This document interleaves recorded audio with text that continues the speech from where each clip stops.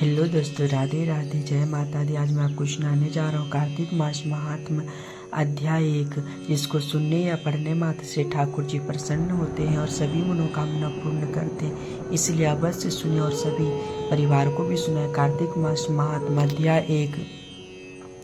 नैमी सारण्य तीर्थ में सूत जी के 88,000 सौनक आदि ऋषियों ने कहा, अब मैं आपको कार्तिक मास की कथा विस्तार पूर्वक सुनाता, जिनका श्रवण करने से मनुष्य के सभी पाप नष्ट हो जाते और अंत समय में वैकुंठ धाम की प्राप्ति होती। सूत जी ने कहा, कृष्ण जी से अनुमति लेकर देवर्षि नारद के चले जाने के पश्चात सत्यभामा प्रसन्न होकर भगवान श्री कृष्ण से बोली। सत्यभामा ने कहा, हे प्रभु, मैं धन्य हुई, मेरा जन्म सफल हुआ। मुझ जैसी त्रिलोक सुंदरी के जन्मदाता भी धन्य, जो आपकी 16,000 स्त्रियों के बीच में आपकी परम प्यारी पत्नी बनी। मैं आपके साथ नारद जी को वह कल्प वृक्ष आदि पुरुष विधि पूर्वक दान में दिया, परंतु वही कल्प वृक्ष मेरे घर लहराया करता है। यह बात मृत्यु लोक में किसी स्त्री को ज्ञात नहीं है। हे त्रिलोकीनाथ, मैं आपसे कुछ पूछने की इच्छुक हूँ। आप मुझे कृपया कार्तिक मास महात्म्य की कथा विस्तार पूर्वक सुनाइए, जिसको सुनकर मेरा हित हो और जिसके करने से कल्प पर्यंत भी आप मुझसे विमुख न हो। सूत जी आगे बोले। सत्यभामा के ऐसे वचन सुनकर श्री कृष्ण ने हंसते हुए सत्यभामा का हाथ पकड़ा और अपने सेवकों को वही रुकने के लिए कहकर विलासयुक्त अपनी पत्नी को कल्प वृक्ष के नीचे ले गए। फिर हंसकर बोले। श्री कृष्ण ने कहा, हे प्रिय, 16,000 रानियों में से तुम मुझे प्राणों के समान प्यारी हो। तुम्हारे लिए मैंने इंद्र एवं देवताओं का से विरोध किया था। हे कांते, जो बात तुमने मुझसे पूछी है सुनो।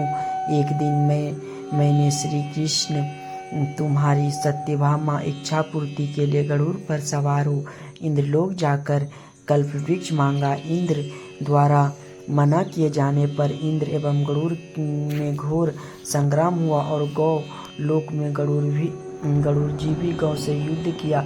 गरुड़ की चोंच की चोट से उसके कान एवं पूंछ कटकर गिरने लगे, जिससे 3 वस्तुएं उत्पन्न हुई। कान से तंबाकू, पूंछ से गोभी और रक्त से मेहंदी बनी। इन तीनों का प्रयोग करने वाले को मोक्ष नहीं मिलता।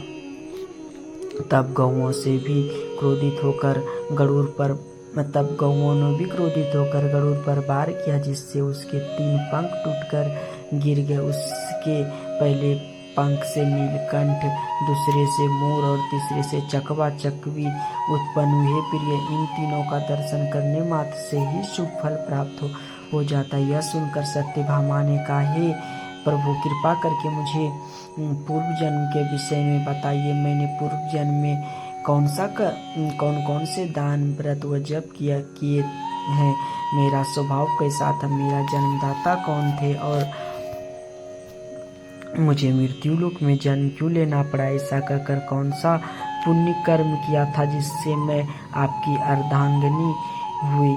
श्री कृष्ण ने कहा, हे प्रिय, अब मैं तुम्हारे द्वारा पूर्व जन्म में किए गए पुण्य कर्मों का विस्तार पूर्वक कहता हूँ, उसे सुनो।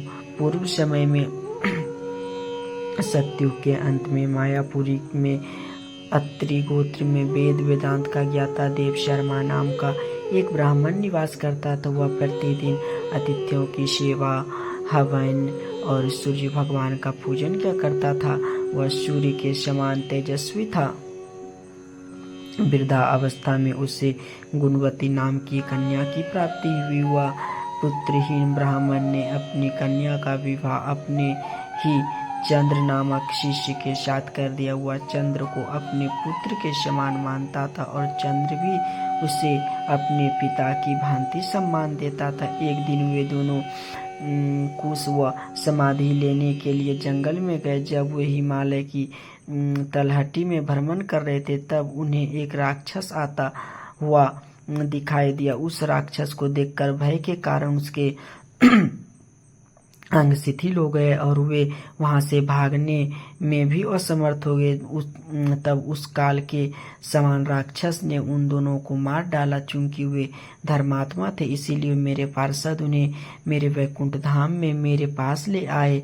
उन दोनों द्वारा आजीवन सूर्य भगवान की पूजा किए जाने के कारण मैं दोनों पर अति प्रसन्न हुआ। गणेश जी, शिव जी, सूर्य व देवी, इन सब की पूजा करने वाले मनुष्य को स्वर्ग की प्राप्ति होती। मैं एक होता हुआ भी काल और कर्मों के भेद से 5 प्रकार का होता हूँ।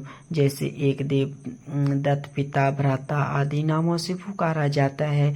जब मैं दोनों विमान पर आरूढ़ होकर सूर्य के समान तेजस्वी रूपवान चंदन की माला धारण किए हुए मेरे भवन में आए तो वे दिव्य भोग को भोगने लगे। जय जय श्री राधे। दोस्तों, कार्तिक मास महात्म पहला अध्याय संपूर्ण हुआ। आगे की कथा मैं कल सुनाऊंगा। कमेंट बॉक्स में राधे राधे श्री कृष्ण जरूर लिख दीजिएगा और अच्छी लगी हो तो मेरे चैनल को सब्सक्राइब कर दीजिएगा।